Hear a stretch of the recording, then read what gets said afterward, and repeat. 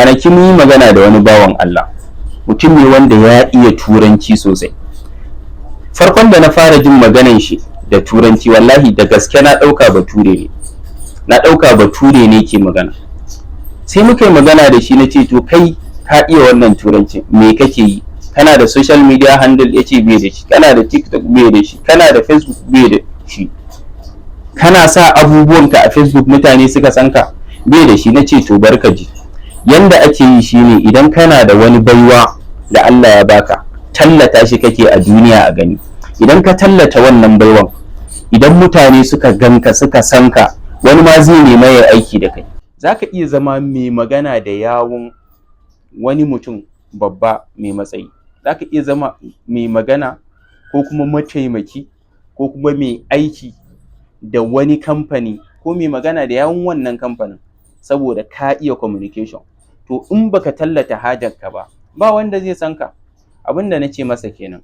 To da wannan ya tallata hajar shi, mutane sun gan shi a duniya, da ƙila manya-manyan kamfanoni ma sun neme sa. Amma yayin da ya zauna bai tallatawa, ba wanda ya san shi.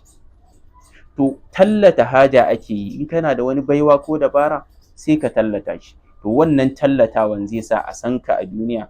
Kai ma da tallan nan, da za ka iya utilizing ɗin shi, ka haɗa da wani content creator wanda ya san yadda ake content creation, ya yi maka guiding ɗin wani content creation platform ko platforms na content creation. Wannan zai sa kai ma da kanka ka dinga samun kuɗi da wannan kawai.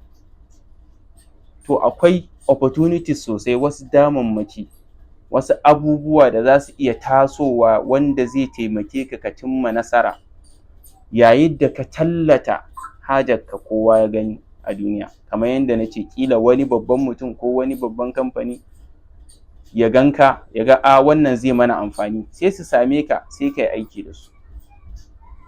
Ko kuma wani content creator ya haɗa gwiwa da kai, sai ku zamanto kuna creating content, kun yi taimakekeniya da juna. Wannan ya kawo abin da yake da shi, wannan ma ya kawo abin da yake da shi na fikira da dabara, sai ya zamanto kun haɗu kun fidda wani abu mai ma'ana. Wannan sai ya sa ku cimma nasara.